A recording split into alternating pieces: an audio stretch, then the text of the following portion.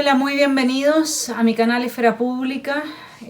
Sabemos que hoy se vota el retiro de los fondos de pensiones de las AFP en el Senado, y de ahí es que valía la pena hacer un análisis respecto de qué es lo que está pasando en la política, pero a nivel más de fondo.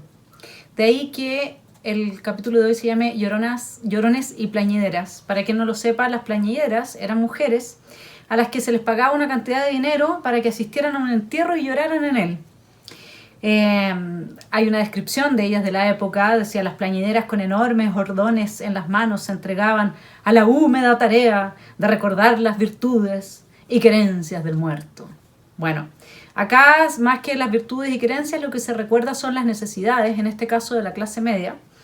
Y eso, en lugar de conducir, de tener presente esa realidad y que nos conduzca a dialogar, a reflexionar, a analizar experiencia comparada, a tener y ponderar cuáles son las consecuencias de las distintas medidas que podrían haberse tomado, a lo único que ha llevado en nuestro Congreso es a que una gran mayoría de llorones y plañideras rasguen vestiduras y quieran aprobar una ley a todas luces que va a empeorar el problema que dicen querer arreglar.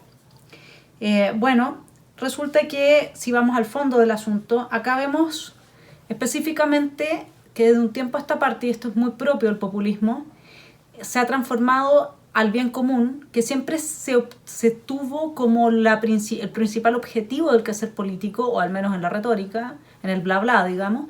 Se ha cambiado el bien común por la sensibilidad social. Hoy día no se trata de construir respuestas que generen un bien para todos. Hoy día se trata de responder a la demanda emocional de la gente, y se habla de estar conectado a la realidad en la medida en que se está conectado a esa sensibilidad. Bueno, entonces ya no importa hacer el bien en este contexto, sino que lo que importa es hacer sentir bien. Y al que reflexiona y busca salidas que no tengan los efectos colaterales que tiene esta medida de las AFP, lo ponen en una situación claramente de funas, lo maltratan, etc. Y esto es realmente importante tenerlo presente, porque cuando la política se transforma en un hacer sentir bien al otro y no en un hacer el bien común, es decir, construir instituciones, respuestas sólidas y sustentables en el tiempo, que no terminen perjudicando, o sea, que no terminen destruyendo aún más la vida de la gente, entonces lo que empezamos a hacer es a legitimar la política del pernil, que yo les he citado en otras ocasiones. Conversábamos con mi hijo el domingo en el programa que hicimos en conjunto sobre los derechos civiles, sobre qué es lo que pasa con la gente que demanda protección del Estado. Esa protección del Estado las ahoga, destruye sus libertades, les expropia sus recursos y luego aplaude a ese mismo Estado que las está destruyendo. Bueno, es el tema de la política del pernil. En Venezuela, la gente aplaude hoy día a Maduro cuando les regala un pernil para la Navidad, porque por fin el bueno de Maduro les dio algo para comer. Y eso es lo que se empieza a generar acá cuando uno cambia el hacer política en pos del bien común por la sensibilidad social, ¿sí? Ahora, ¿qué es lo que decía Adela Cortina, una filósofa muy famosa ya el año pasado? Decía que estamos en un momento de emotivismo. Esto es emotivismo político que se aglutina en torno a los símbolos, que son los que desatan las emociones instaladas en el cerebro antes que la inteligencia y la reflexión. Ahora, la pregunta es: ¿por qué importa la inteligencia? Hagamos una rápida revisión a algunos de las consecuencias que se avisoran vienen aparejadas con el retiro de los fondos de pensiones. Primero, el 65% de los ahorrantes hoy día tiene más o menos 5 millones de pesos ahorrados. El 65% de los ahorrantes. El mínimo para retirar es 1 millón. La inmensa mayoría de los ahorrantes va a retirar más del 10%. Algunos incluso la totalidad de sus ahorros provisionales, y se cree que algunos son más o menos la mitad, 3 millones de personas que se van a quedar sin ningún ahorro previsional. La plata que se retira está invertida, ¿no es cierto?, en acciones e instrumentos financieros diversos. Cuando la ley da un plazo de 10 días para rematar esos instrumentos y hacer caja, se está causando un grave perjuicio a todos los ahorros, pero en especial a los ahorros de la gente que está a punto de jubilarse, es decir, a los viejitos que antes, por los que se hizo en parte el estallido social, ¿no? Finalmente, ya vamos a ver que están hablando de los efectos que va a tener sobre la tasa de interés y cómo esta inyección de liquidez en el mercado va a generar un alza importante de precios, inflación, y en suma también la subida de la UEF, es decir, se van a encarecer todos los créditos que estén tomados en UEF.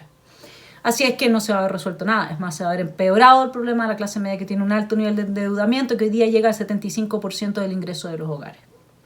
Ahora, imaginemos un mundo donde todo se decide por emociones. Ese mundo, lo primero que nosotros vemos son dos tipos de falacias. La falacia ad hominem, que es la que dice usted no puede opinar porque usted es de los más ricos o porque usted es mujer o porque usted es hombre, y no porque su argumento, digamos, tenga algún problema de fondo. Y la otra es la falacia ad misericordiam, que manipula los sentimientos para sostener un argumento como válido. Ahora, en este contexto, el conocimiento, la experiencia, la ciencia son totalmente irrelevantes. Si usted quiere hacer un análisis más profundo y filosófico, puede leer el libro Tras la virtud de Alasdair MacIntyre, donde él describe el caos de un mundo cuyos parámetros de bien y de mal están dados únicamente por emociones, sin ciencia, solo por la evaluación de las intenciones y la situación interna de las personas, no por los efectos y las consecuencias que tiene en el mundo real.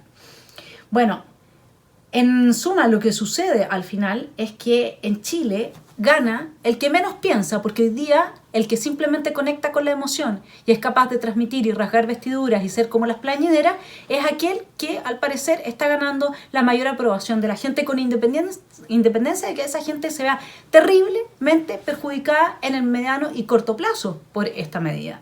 Luego, nuestro problema es que la destrucción, ¿no es cierto?, de las AFP nos muestra que tenemos en pos de hacer sentir bien a la gente. O sea, destruyo el sistema de AFP para que te sientas bien, porque se ha demonizado lo suficiente, ¿no es cierto? Nos lleva a que la moral hoy día tiene ciertas máximas, esta moral del emotivismo político. El deber ya no es hacer el bien, sino que es hacer sentir bien. Y la síntesis es que si alguien me hace sentir mal a mí, entonces yo también tengo derecho a hacer sentir mal a esa persona que me hace sentir mal. ¿Se entiende? En ese contexto se destruyen todas las posibilidades de empatizar con el otro. Porque cualquiera que el otro diga que no, con lo que yo no estoy de acuerdo me puede hacer sentir mal, y entonces yo estoy justificado para hacerlo sentir mal. Bueno, este cambio del bien común por la sensibilidad social, que se basa en la fantasía redistributiva, que promete la igualdad, nos muestra que los llorones y plañideras son los que, por el efecto que tienen la gente que los apoya, piensen ustedes quiénes son los que van primeros en la lista de candidatos a la presidencia, ¿no es cierto? Son llorones, no son otra cosa. Están todo el tiempo conectados con lo que se llama sensibilidad social. Luego, uno de ellos también está más conectado al bien común y el otro simplemente no existe el bien común. Jaude no lo conoce. Entonces, ellos, lo que sí, como observaba con agudeza Armando Rivas, que voy a hacer una entrevista prontamente en el Centro de Estudios Libertarios para que revisen a este gran pensador argentino, decía que los únicos que se hacen ricos con el discurso de la igualdad son sus oradores. En fin, como lo describo en una columna hoy día en el Libero, que si la quieren revisar, digamos, el día martes en el Libero, el mundo termina siendo orwelliano. ¿Por qué? Porque el ministerio, en Orwell, en su obra 1984, el ministerio de la verdad, ¿qué es lo que produce? Mentira. El ministerio del amor, tortura. El ministerio de la paz, guerra. Acá se está prometiendo emocionalmente un concepto que luego lo que produce es el efecto inverso, al mismo modo que en el mundo orwelliano. Y para Chile, entonces, desde la sensibilidad social, ¿no es cierto?, se está prometiendo una ley que es tan perniciosa que luego con lo único que va a tener que quedarse la gente es que por lo menos me hicieron sentir de que había alguien que entendía mi desgracia, a pesar de que la profundizara. Bueno, tenemos que decir que se felicita desde este pequeño canal de YouTube con el apoyo de los Patreon que nos ayudan y que me ayudan a avanzar en mis reflexiones al gobierno. Hay que felicitarlo porque suspendió hasta nuevo aviso el Comité Político Ampliado que se realiza los lunes en La Moneda. Imagino que ese nuevo aviso irá a llegar cuando los llorones y las plañideras terminen de llorar sus lágrimas de cocodrilo, que para quienes no estén familiarizados con el dicho, las lágrimas de cocodrilo son aquellas que muestran una falsa e insincera emoción. Es como el hipócrita llorando lágrimas falsas de dolor.